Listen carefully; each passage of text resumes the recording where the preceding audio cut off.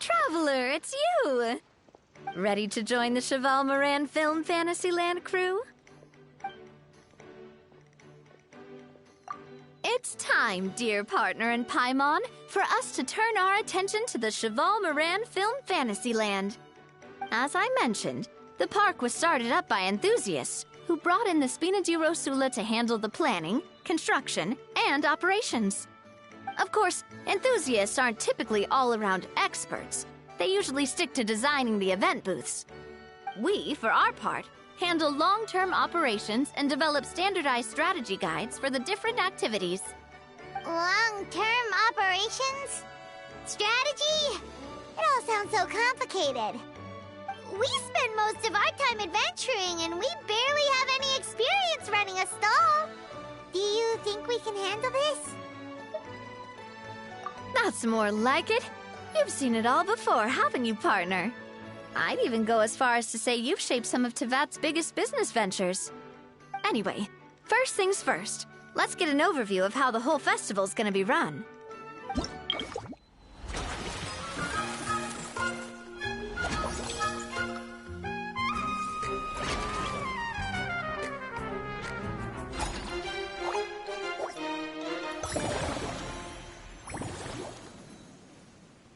As you can see, our Fantasyland's a bit like a sugar-free macaron right now.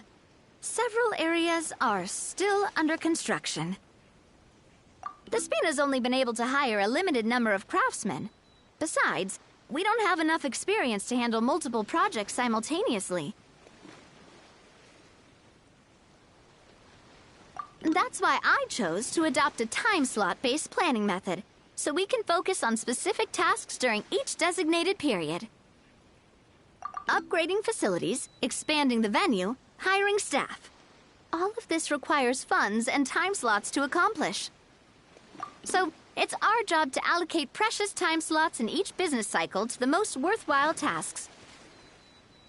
As we attract more guests and earn money to add to our funds, we'll also be able to work more efficiently, which will allow us to divide each cycle into finer time slots, which will let us get more done.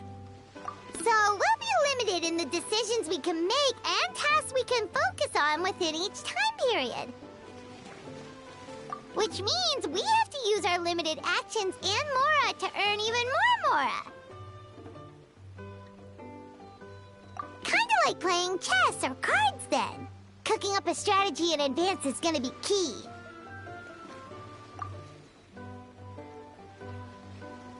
Paimon thinks she just about gets it. How do you feel about it, Traveler? Yep, come on, we can do this. You mentioned standardized strategy guides just now. Does that mean there are non-standard ways to take part too? Of course. Film and entertainment mean different things to different people. And there's gonna be a wide range of exciting activities for people to try out. If we're not careful, some visitors might wander off and end up getting in trouble. And others might pick up dangerous props by mistake. To avoid confusion, we need to create a standardized strategy guide for each activity. Just think of it like a walkthrough.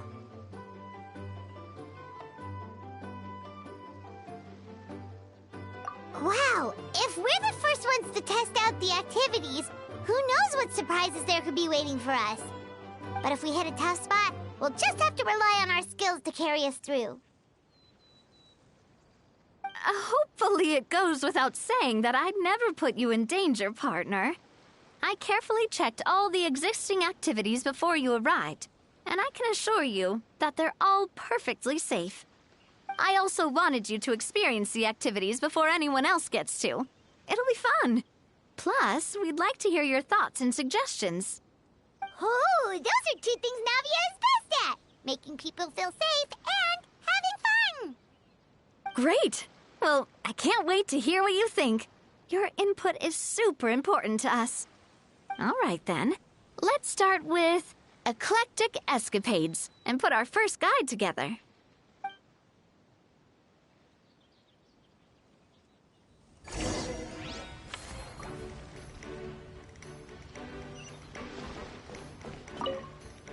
All right, then. Time to try out Eclectic Escapades. I'll leave the strategy guide to you guys.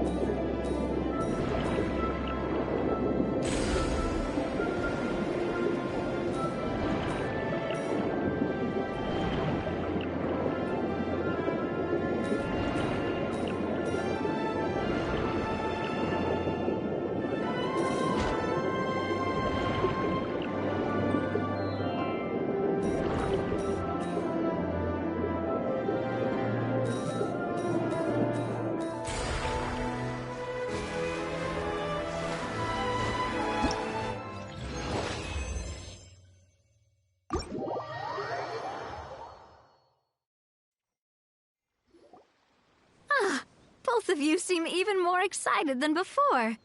Looks like your first trial run didn't disappoint. Paimon hasn't actually watched that many films, but after trying it out, she might just be hooked. We should check out the film that it's based on. Great job, Paimon. That's exactly what our enthusiast friends were hoping you'd say. They'd be beyond delighted to hear that visitors are curious about the films that inspired these attractions. Some have even been willing to contribute extra funds out of their own pockets. Where budgets have allowed, of course. Out of their own pockets? That's right. While the Spina di Rosula covers the cost of basic booth materials and rental fees, many fans have personally funded promotional materials and related merchandise. The cost of the booth itself isn't their main expense. Some of them have already started designing spin-off products inspired by film characters. Take our official mascot, Surintendant Chevalmoran, for instance. She won second place in the last most popular character poll for the comic film category, and was even dubbed the pinnacle of round, bouncy cuteness. Many people have expressed interest in designing cushions based on her image, using the highest quality fabrics and hiring the most skilled artisans to mass produce them. These cushions will officially go on sale at the next convention alongside lots of similar products.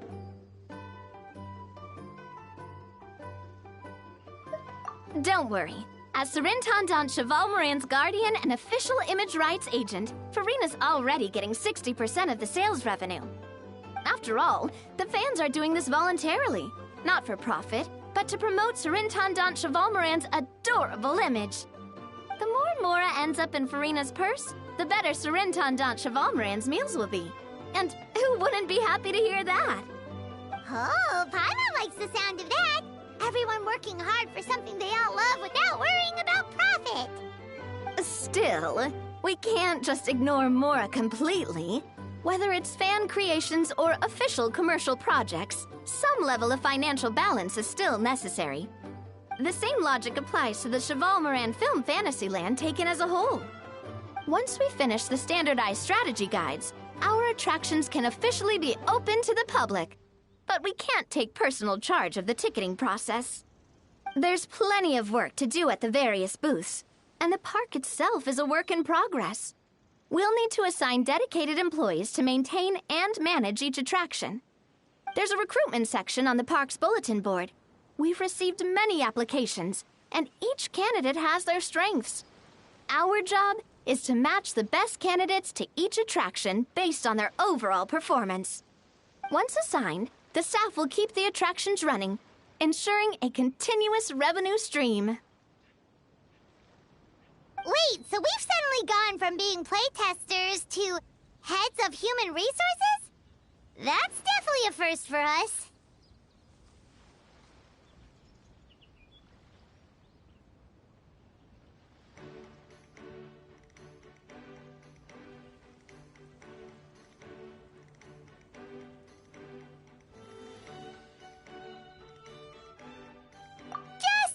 Everyone up to your own standards, okay? You can't expect everyone else to be as capable as you. All right, time to review some resumes. Fingers crossed we'll get some exceptional candidates.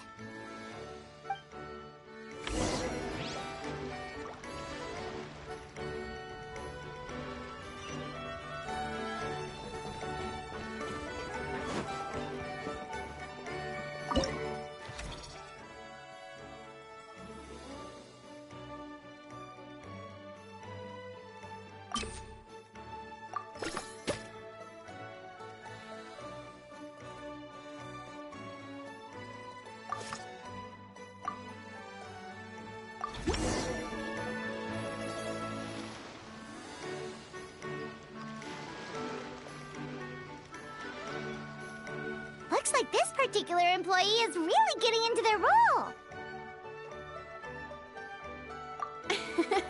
You're both doing great. You sound more like bosses than I do. In any case, with this, the Cheval Moran Film Fantasyland is now officially open. Running a theme park is a long-term project. You won't make much if you try and rush it. We're just about done with our current work setup, so let's take a short break and wait for this cycle's revenue report to come in.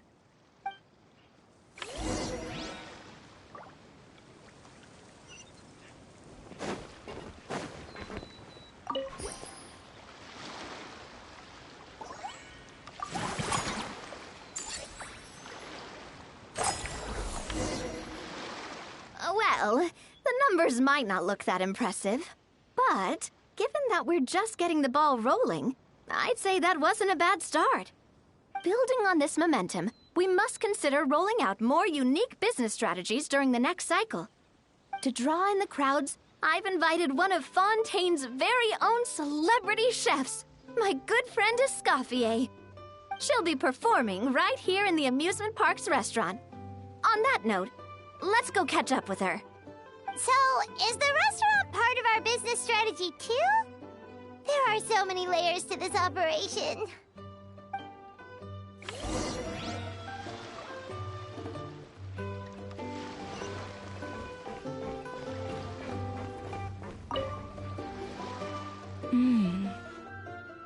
The restaurant is up to standard, and the waterside location will make for a unique dining experience.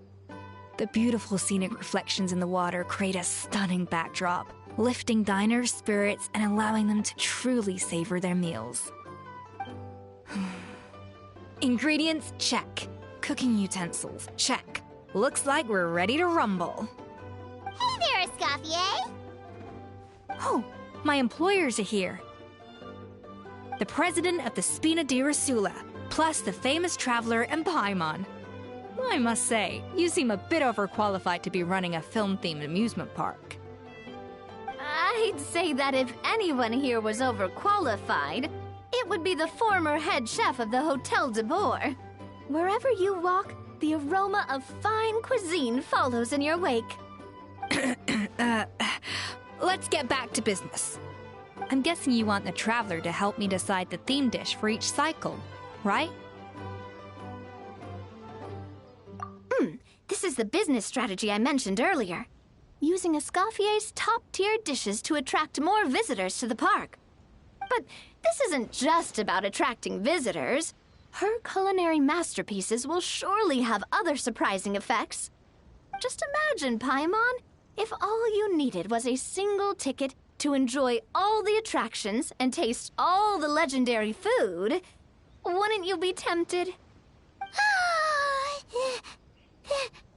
Then Paimon come every single day.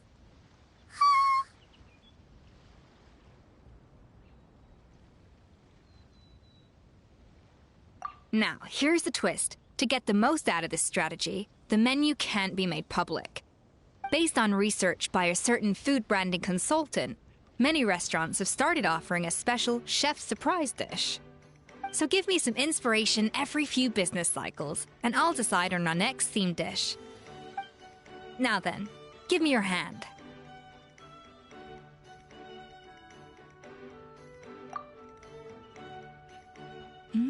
A warm and energetic feel.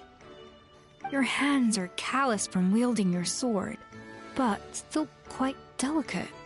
When you grasp its hilt, it's like you're holding the bow of a violin. A sword, then. The theme this time shall be strength. All right, let's find out what strength looks like in gastronomical form.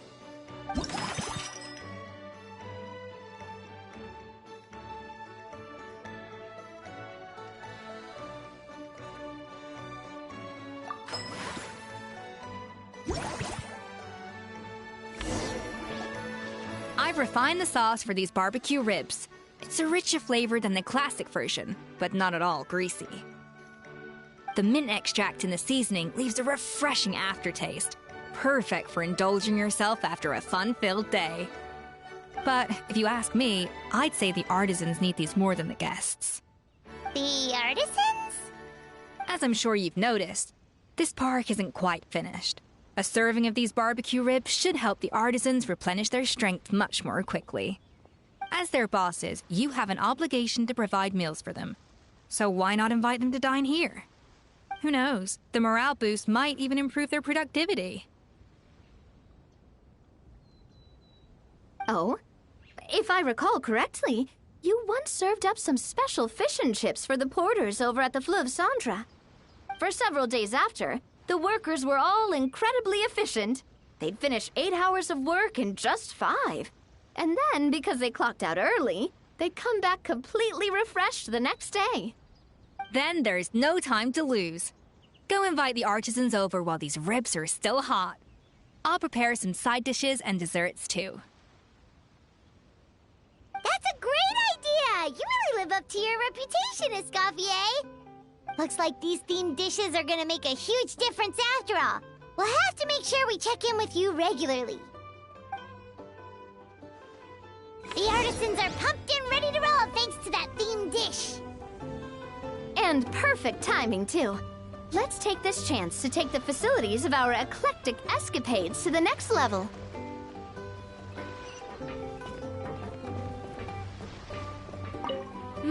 That unique aroma. I wonder how you'll inspire my cooking this time.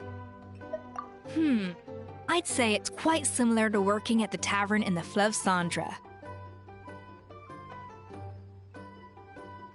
There's something special about seeing diners' faces light up when they taste your food. You don't get that working in the closed-off kitchen in a grand hotel. If something like this comes up again, just call me.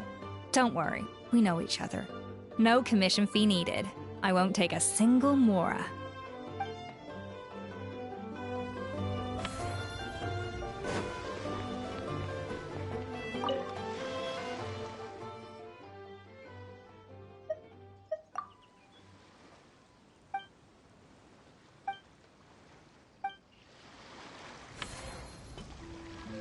Now that everything's going smoothly, it's about time we upgraded our facilities.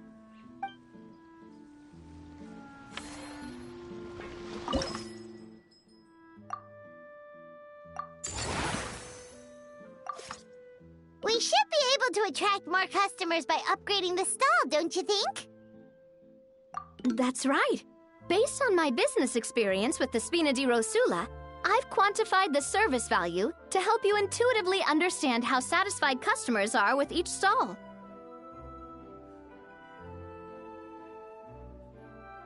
An attraction will reach its ideal revenue only when its service value meets customer expectations. As we improve and expand our facilities, expectations will also increase accordingly. When that happens, we can deploy more capable employees or invest funds in training to enhance our employees' skills.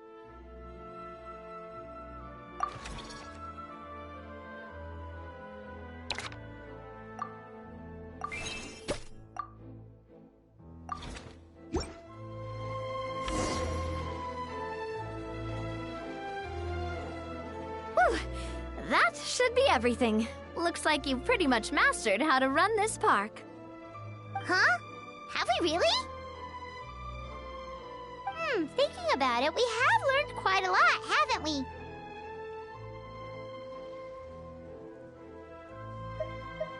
Oh, not at all. I wouldn't say I taught you much. Your intuition's been guiding the way mostly. I imagine long-term operations sounded like a scary prospect the first time I mentioned it, huh? But don't let that scare you. Just break things down into smaller steps and tackle them one at a time. Even if you're not a genius or naturally gifted, you'll get it done in the end. Whoa, seeing her own progress has really got Paimon fired up!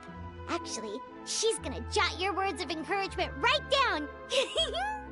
From here on out, we'll be running the Cheval Moran Film Fantasyland together. Let's make it a big success!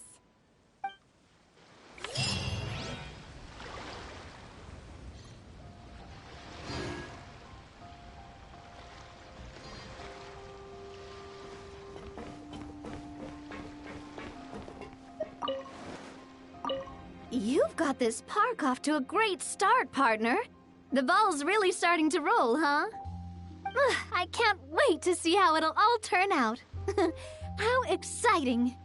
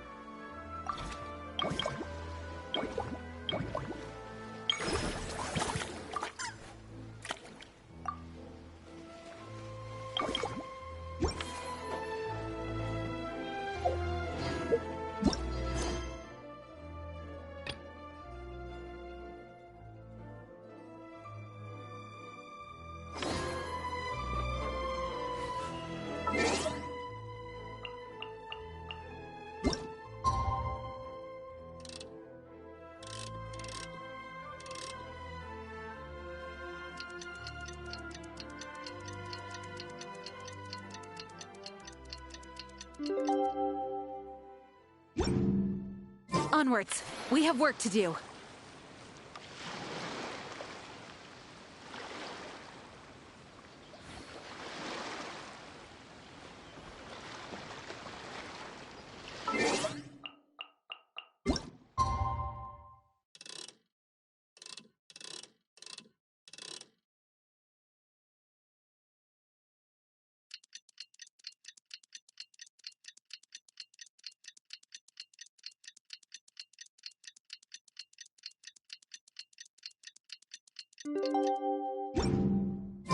I do hope that... It's been a few days. Ban on flying objects should be over by now. Let's head over to the Palais Mermonia to see how Kukuku's doing.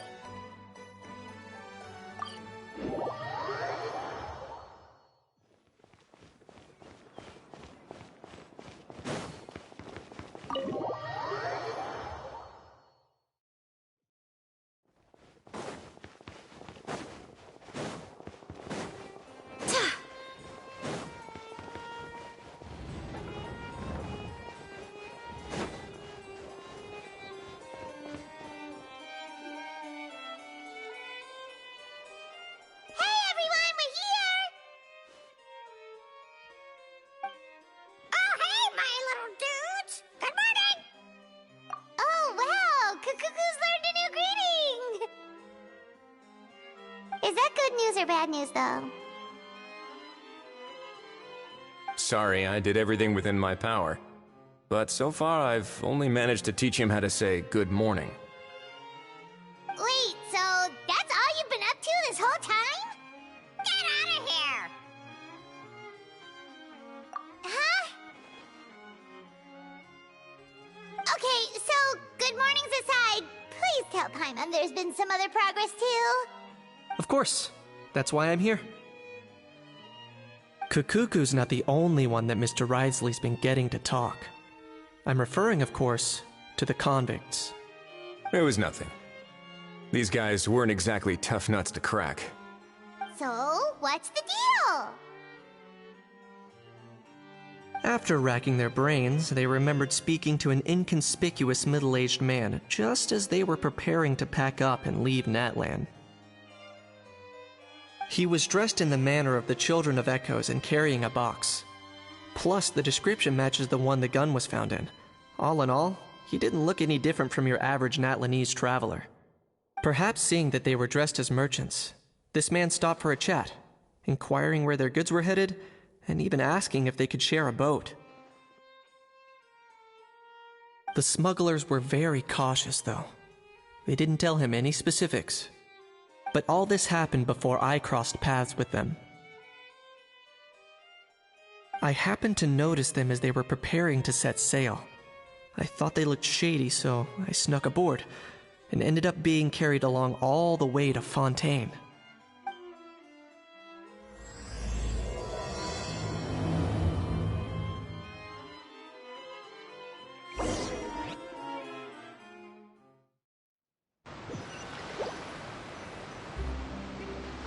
Boss, do we know if those Fontainians will even like this stuff?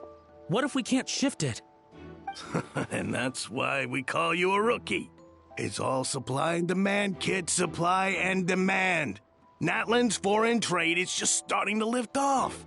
There'll be a market for it, you'll see. That's right. So stop giving the boss trouble, rookie. Just do your job and keep an eye on the goods. Are they merchants? Have they come to Fontaine to do business? Scarred face. Calloused hands. On closer inspection, the fabric looks worn at the knees and elbows, and his fingernails are dirty. Not exactly your typical merchant. Could he have previously been a warrior? Or even an adventurer? Something feels off. I'd better sneak up and get a closer look.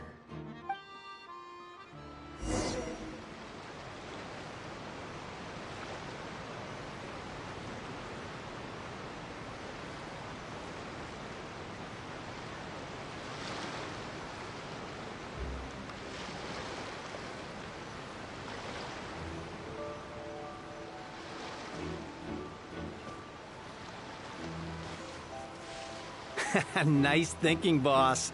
This tourist tub's been fast-going and smooth sailing. Plus, no one's been asking us what we're up to.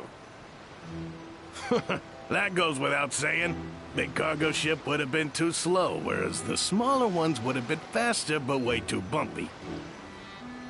If we ended up damaging the goods by accident, all these months spent grafting away would have gone up in smoke. Seriously? But there's hardly anything here. Would it really have taken them months to prepare? And why would they need to transport it with such care? Could they be secretly smuggling precious items out of Natlan? I'll need to find a way to get to the bottom of this.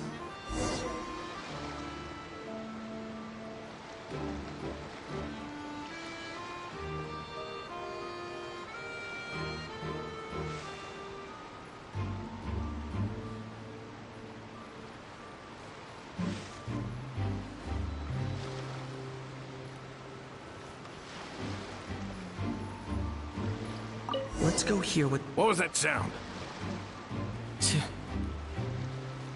Sure enough, there are Boss, do we know if those Fontanians will even like this stuff? What if we can't shift it? And that's why we call you a rookie. It's all supply and demand, kid. Supply and demand. Natlan's foreign trade is just starting to lift off. There'll be a market for it, you'll see. That's right. So stop giving the boss trouble, rookie. Just do your job and keep an eye on the goods. Are they merchants? Have they come to Fontaine to do business? Scarred face. Calloused hands. On closer inspection, the fabric looks worn at the knees and elbows, and his fingernails are dirty. Not exactly your typical merchant. Could he have previously been a warrior? Or even an adventurer? Something feels off. I'd better sneak up and get a closer look.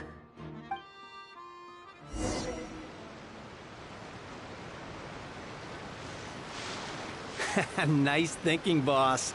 This tourist tub's been fast-going and smooth sailing. Plus, no one's been asking us what we're up to. That goes without saying.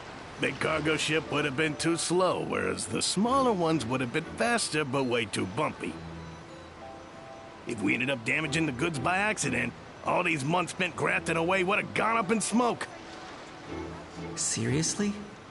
But there's hardly anything here. Would it really have taken them months to prepare? And why would they need to transport it with such care? Could they be secretly smuggling precious items out of Natlan? I'll need to find a way to get to the bottom of this.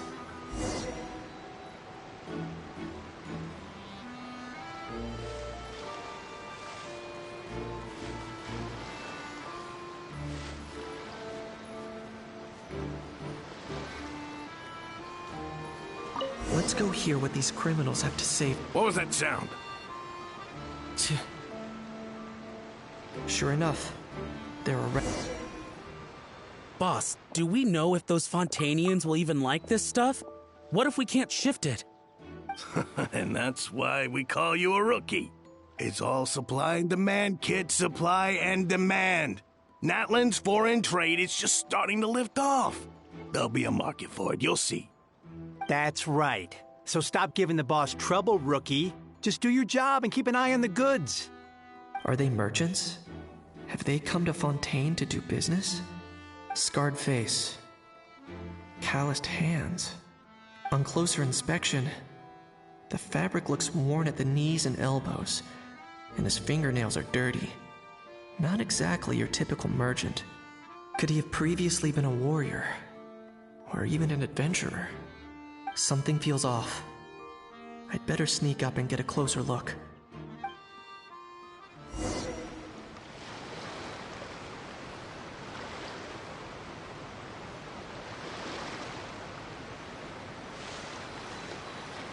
Nice thinking, boss. This tourist tub's been fast going and smooth sailing. Plus, no... That goes without saying. Big cargo ship would have been too slow, whereas the smaller ones would have been faster but way too bumpy.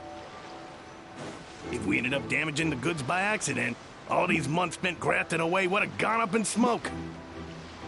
Seriously? But there's hardly anything here.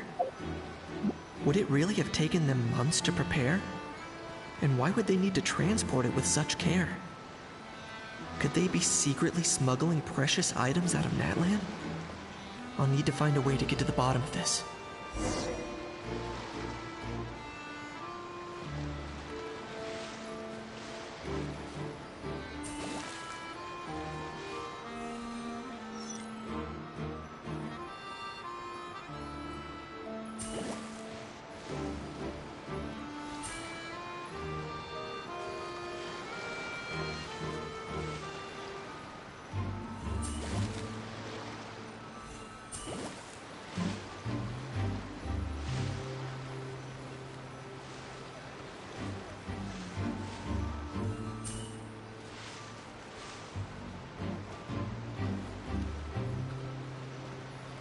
Let's go hear what these criminals have to say for themselves. Sure enough, there are relics inside the box. It's illegal to smuggle such items outside Natlan.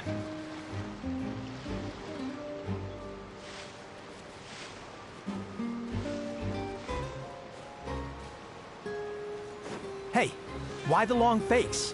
You're a...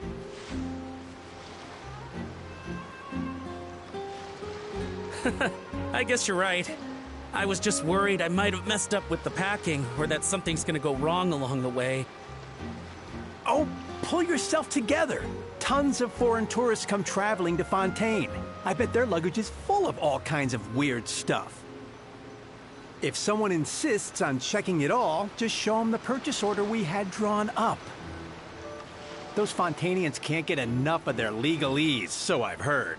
They can look all they want. Aha. So their aim is to smuggle in contraband after all. Looks like I've gathered enough intel about the smugglers and their contraband. Time to inform port security.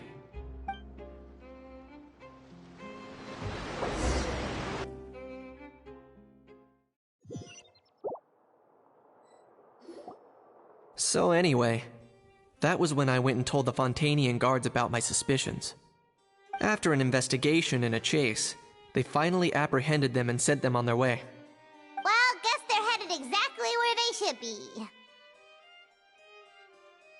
Thanks. Based on your recollections just now, I was completely focused on those smugglers at the time, so I wasn't really paying attention to other passersby. Yeah, Kanish, you did great! in other words, the person who brought the gun here, the one who lost it, has no connection to the smugglers whatsoever. They were working entirely on their own. Oh dear, oh dear! Sounds like Mr. Kakuku wants to chime in? He said this elusive individual's actions are positively mystifying. It's a good observation, I quite agree. However, we still know next to nothing about the person. Perhaps we should start by focusing on the lost item itself.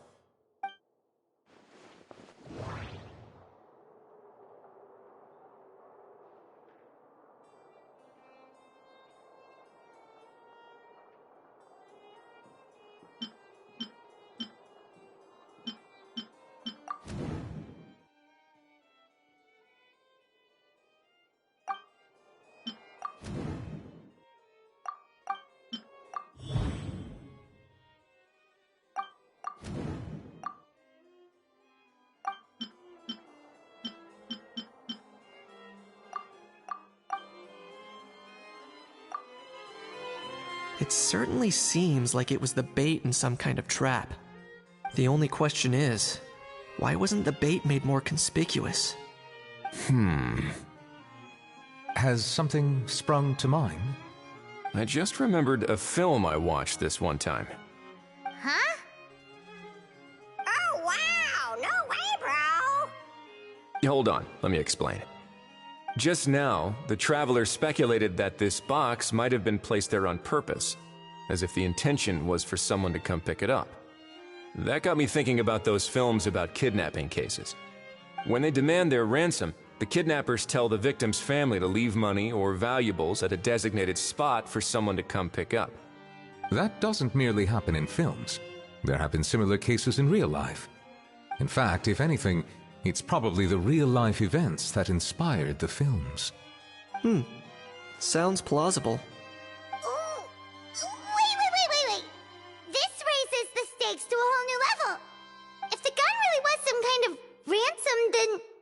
Since we took the box, the kidnappers never got their payment, so... does that mean they executed the hostage?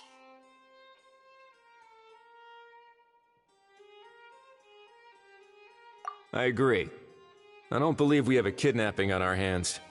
Selling off stolen goods is extra work that most kidnappers would want to avoid. Unless they're after something very specific, they tend to just ask for cash. Could we be dealing with a kidnapper who's dead set on getting their hands on an ancient dragon handgun? It's not impossible, but the likelihood is very slim. We can discount that possibility for now. And speaking of selling stolen goods, don't you think this looks more like a transaction?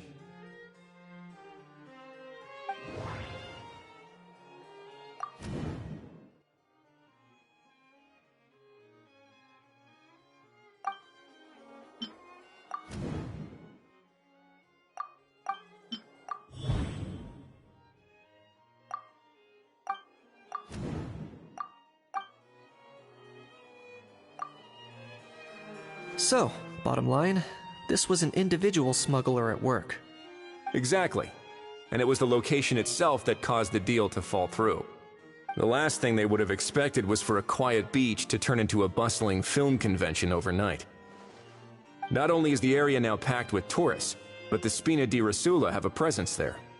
I'll bet that both parties were completely caught off guard. That sounds like a plausible theory, but how do we verify it? Looks like your people better start rolling up their sleeves. How so? Easy.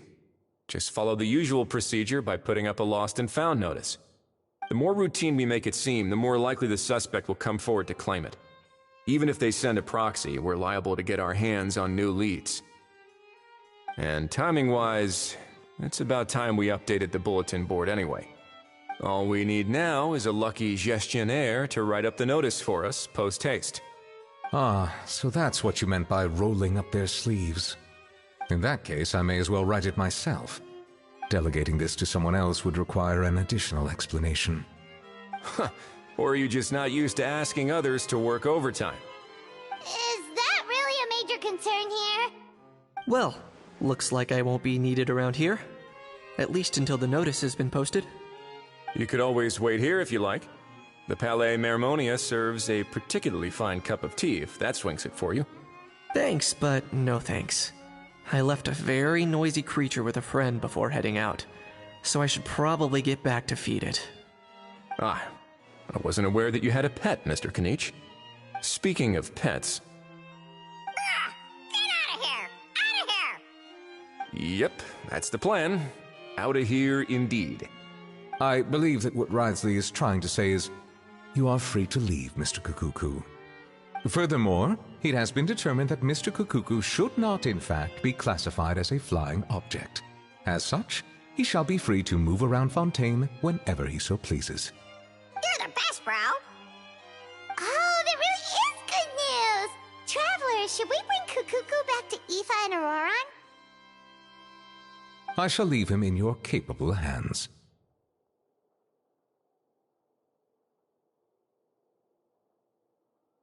Indeed.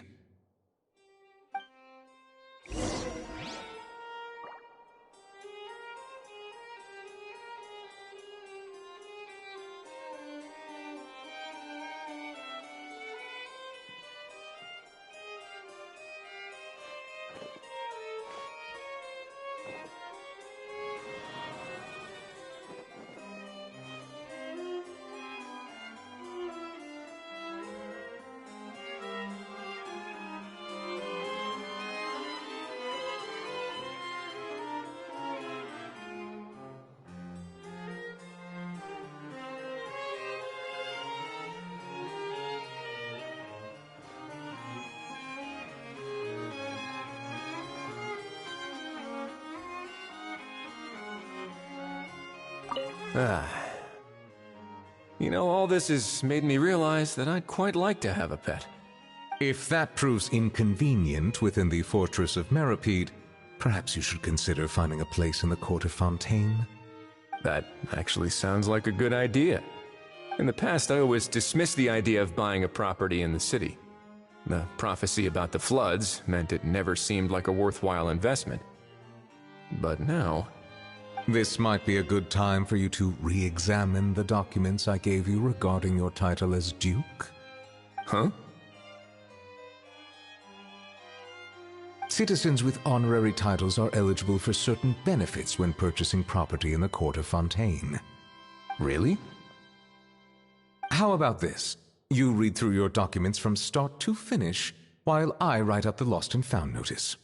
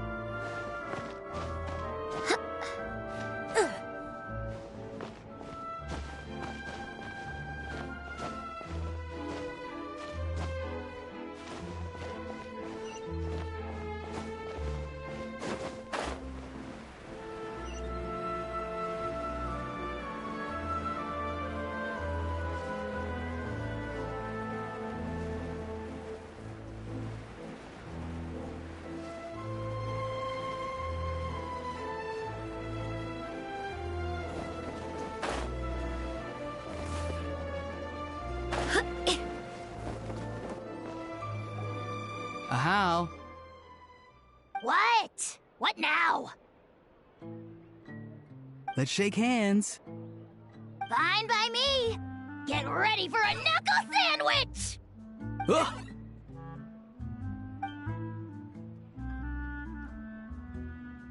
Oh, nice dodge. Paimon feels strangely inclined to keep a safe distance. Did you miss me, bro? Cuckoo, you're free! Ugh, not you again. Nope, didn't miss you in the slightest. Hey, other granny. And hey, Paimon and Kanich. It's good to see you all. Thanks for bringing Kukuku back. Get it away! Get it away from me! Nice to meet you, bro. Who are you calling bro? Say that again to my face! I dare you. If you've got the energy to argue this much, you're clearly not hungry yet. Let's go find something to eat while a How lives his best life.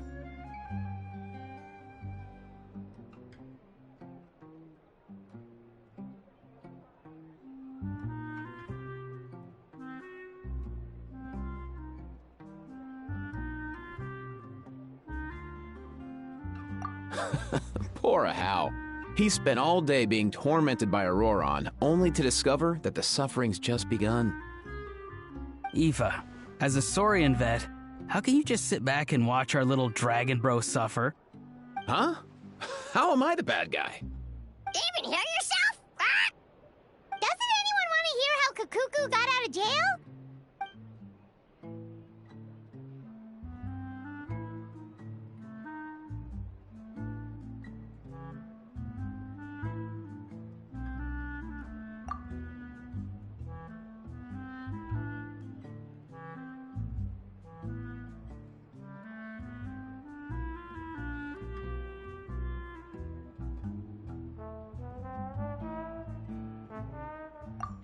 don't lose hope, Ahau. By the same standard, you have freedom of movement now, too. You're still in the game? Same standard? I will not be held to the same standard as that thing! That's right. You won't. As far as I understand, the Palais Mermonia will want to assess your case on its own merits before they grant you freedom of movement.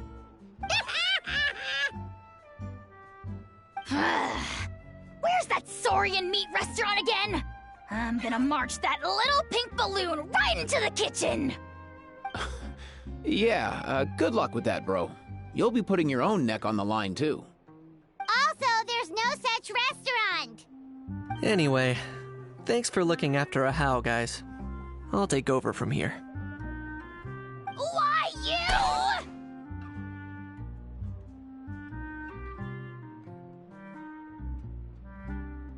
Between the two, Kukuku wins the cuteness competition hands down. Ah, really? Thanks! Wait, who are the other contestants, though?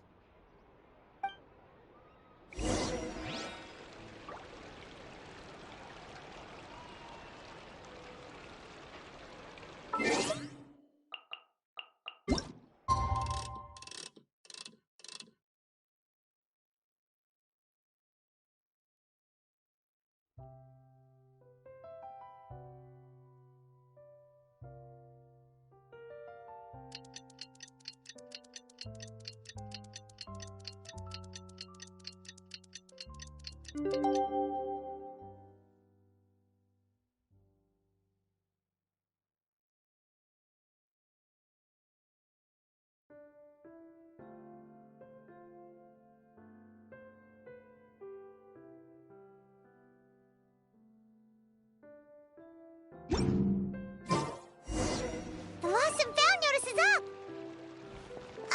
Maybe we should go hang around the Palais Mermonia to see if anyone shows up to claim it.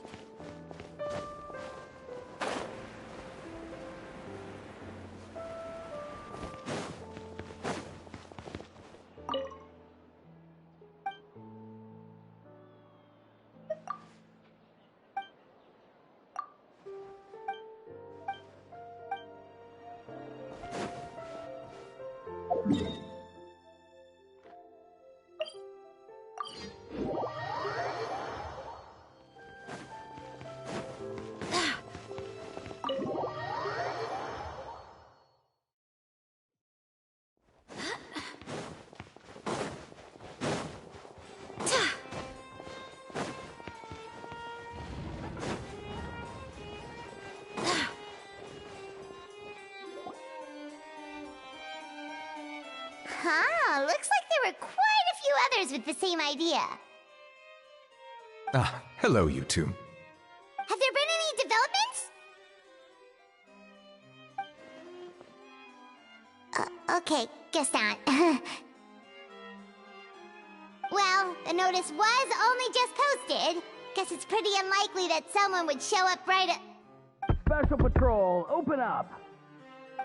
Who's there? What's going on? The Special Patrol?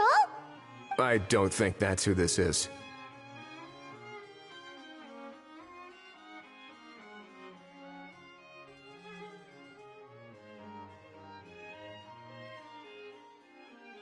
Hey, this isn't the time for silly jokes! Let's go check it out.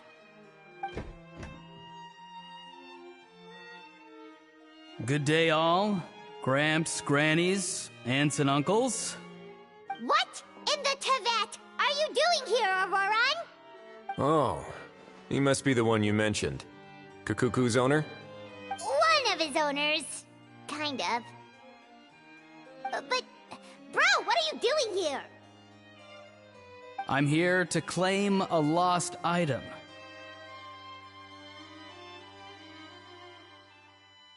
Is this the person you saw on the boat, Mr. Kinich? Somehow I highly doubt that. For starters, he just addressed us as Gramps and Grannies. And unless this is the youngest looking middle-aged man in the world, I don't think he's our guy. Huh.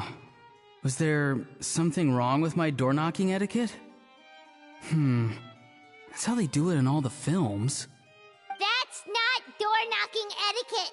That's the Special Security and Surveillance Patrol doing their job.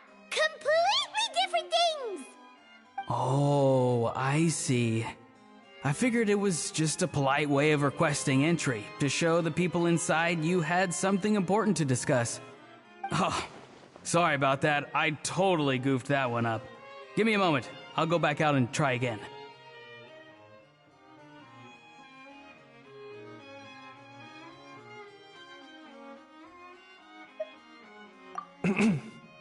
So, Roron, you said you were here to claim a lost item. What did you lose? Yeah, so basically...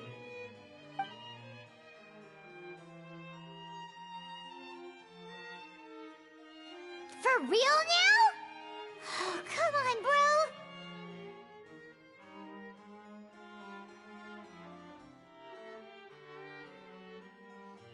bro. Auroron, be honest now. Were you the one who lost this? No, it belongs to a friend. So it belongs to Aoife? Of course not. Aoife has his own gun.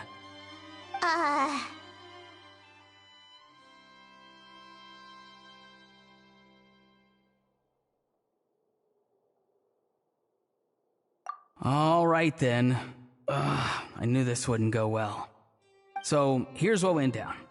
This morning, Aoife and I were playing rock, paper, scissors. Before long, he'd lost, as he usually does. So we figured we'd head out and visit some of the Court of Fontaine's famous landmarks. When we got near the plaza, a man suddenly stopped us to ask for help. He said that he had lost something and that someone had found it and sent it over to the Palais Mermonia. But apparently he used to work here and was worried it'd be awkward bumping into his old coworkers, so he asked us to pretend to be the owners and claim it on his behalf.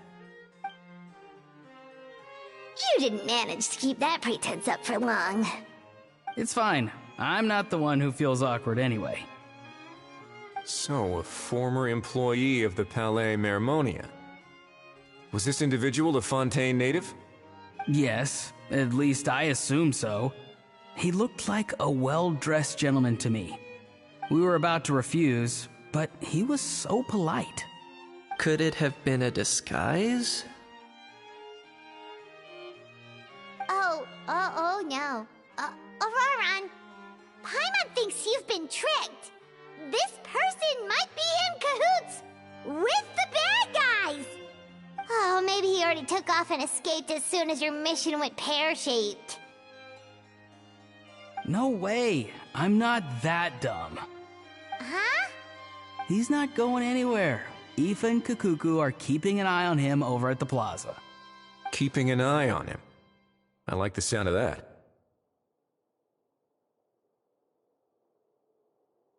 In that case, let's hurry over to where Aoife is! Time to catch that con man and find out what's really going on here! Wait a minute, I have a question first. Traveler, Paimon, you're pretty famous in Natlan, right?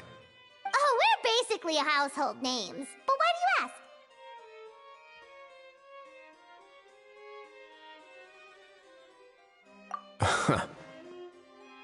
Would that be a problem?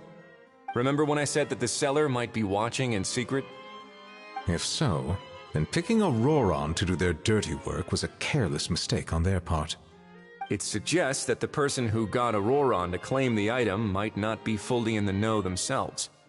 There are plenty of unanswered questions, but standing around racking our brains won't help. However, I still suggest that the famous faces among us, meaning the Traveler and Kinich, oh, and of course, Monsieur Nivelet too, stay here for the time being. We'll empty the box, give it to Auroron, and then he can claim the item as if nothing happened.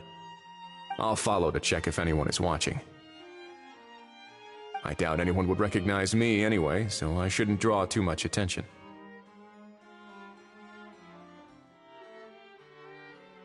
I think this plan is worth a try. I shall leave it to the pair of you. So, I have to go undercover again, right? Well, not exactly undercover. Just drop the special patrol persona and be yourself instead. Roger that. Over and out.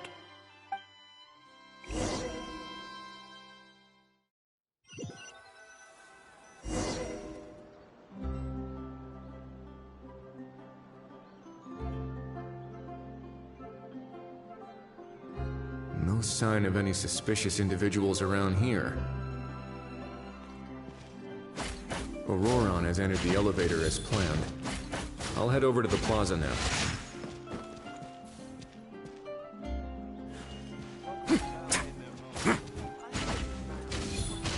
Let's begin.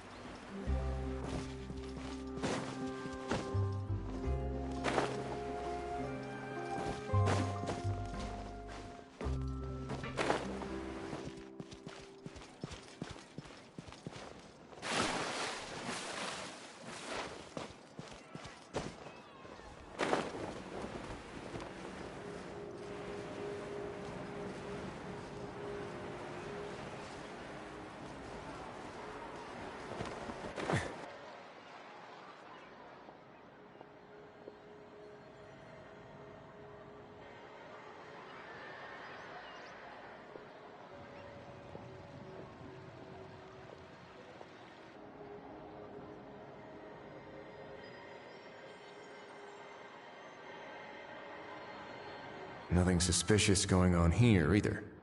Strange. Maybe we're overthinking this? Oh dear! Oh dear! Stop with the pecking! Stop with the pecking! Please, sir, I'm begging you, do me a favor and get this pet of yours under control! The heck are you on about? Sorry, but he's not my pet. He's my coworker. And I should warn you, he's not too happy with how you're talking about him. What the? This thing has a job? So in Natland, they just dish out jobs to any old thing. Uh-oh. Kukuku's not too big on being called a thing either. You're on your own now. I'm sorry. Please, Mr. Kukuku. Master Kukuku. Lord Kukuku. I meant no offense, I promise. All right, Kukuku. That'll do for now. Let me ask him some questions first. Sure thing, bro.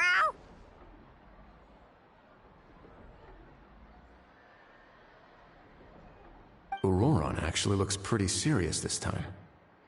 Was he just pretending to be clueless earlier? Interesting. Think I'll sit back and see how this plays out. You actually got it? Wow, didn't think it would be that easy. Ah, excellent. Looks like sending you was the right approach after all. After all? I mean, because the staff at the Palais Mermonia don't recognize you, right? So I got it, but I don't remember promising I'd hand it over. Huh? This thing's pretty cool. I've taken a bit of a liking to it.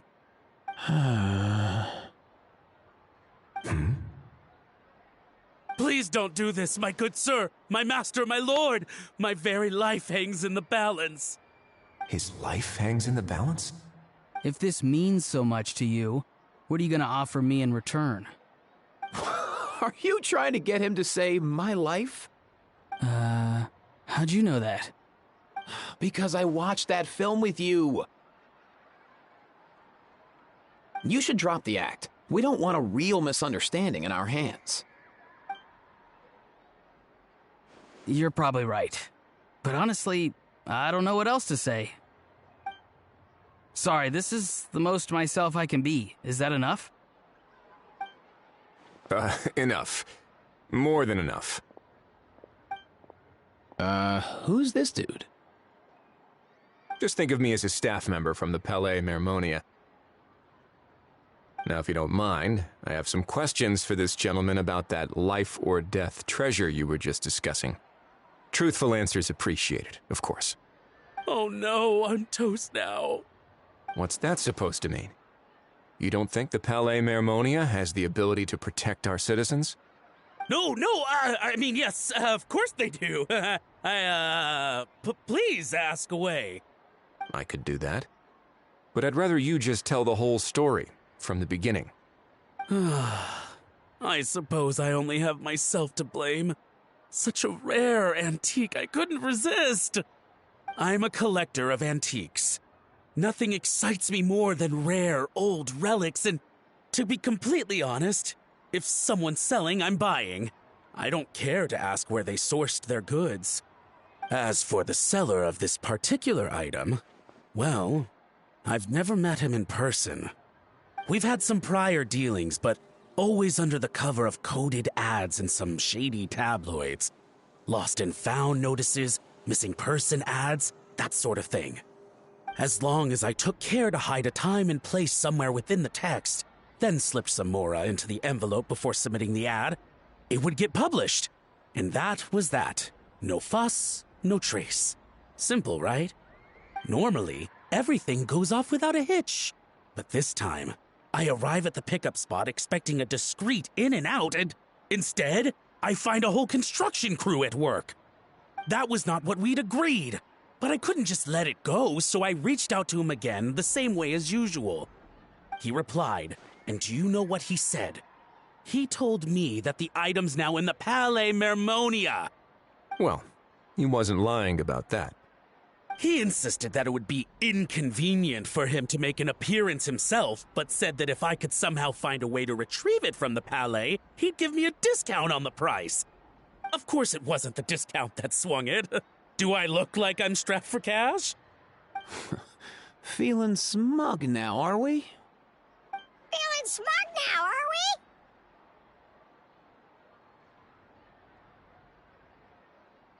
we? No, please go easy on me. Go on.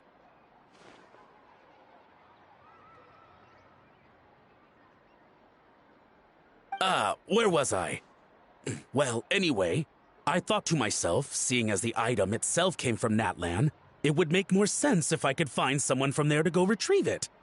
And by a stroke of complete and utter coincidence, I just so happened to see these two young folks wandering around, so I'm so very sorry I underestimated the pair of you. I need you to clear something up for me. You haven't paid the seller yet, correct? And yet he told you to collect the item from the Palais Mermonia. Was he not worried that you just split afterwards?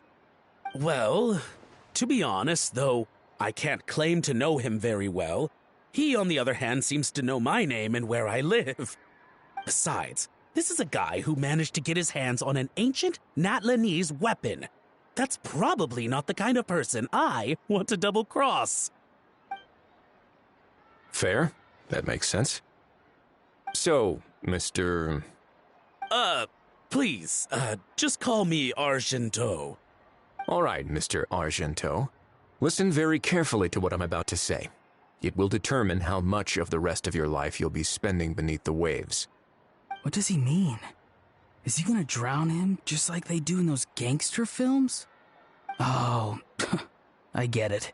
He's talking about that place at the bottom of the Fontanian Sea. Shh, can it? Owing to your suspected involvement in the illicit trade of Natlanese relics, you're now one of the suspects in an international smuggling case. A trip to the Opera Epiclese seems unavoidable at this stage, but on the bright side, you still have one chance to make things right.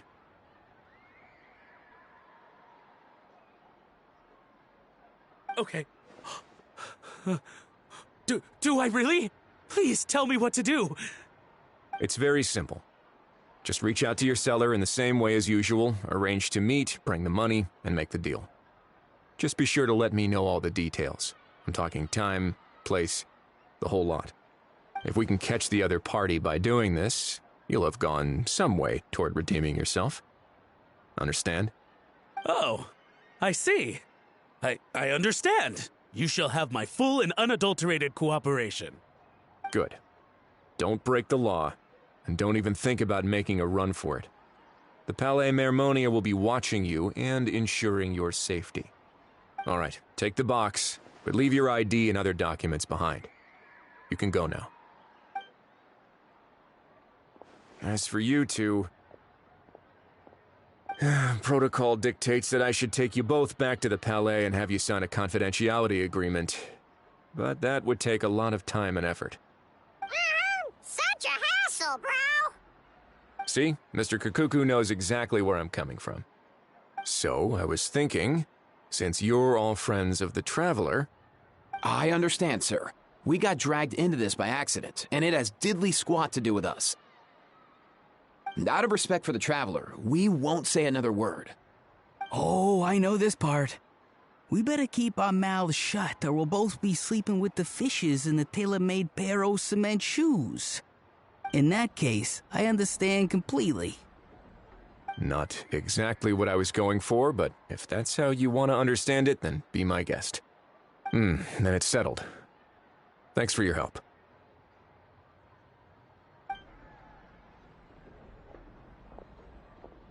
Boy, am I glad that's over. That's enough work for one day. Time to head back.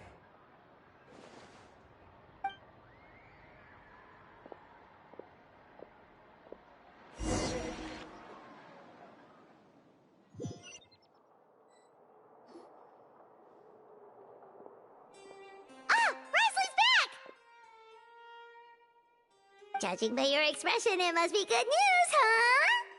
It went smoothly, on the whole.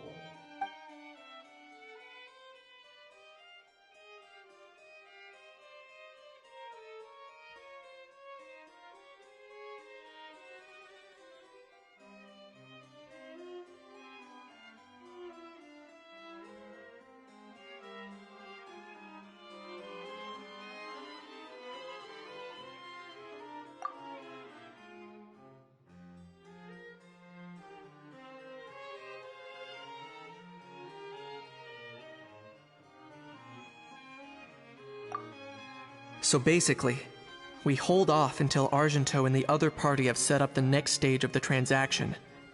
Then we plan our next move. Patience will be key. I get that. It's like hunting. I'm just not sure the other party will take the bait so easily.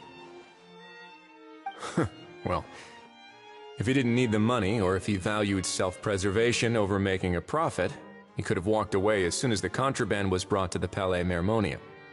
On top of that, although he hasn't shown his face yet, he seems to have no followers or accomplices, and he's relying on an extremely limited set of options to push the deal along.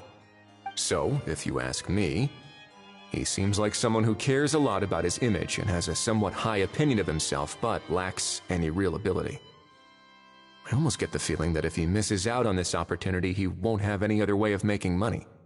His every move is like a spin of the roulette wheel, hoping that the ball will land exactly where he wants it to. Or, I don't know. Maybe he'll cut his losses and vanish into thin air, and our efforts will have been in vain. At least Natlan will get the stolen relic back, so it won't have been for nothing. In that case, let's hope his arrogance stays in play. Everyone, I have just briefed the Marechaussee Phantom on the situation.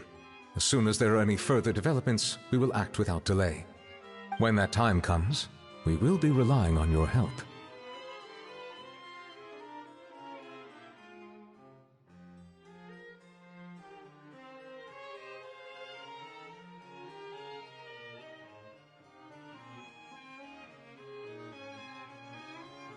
We'll be waiting for the good news.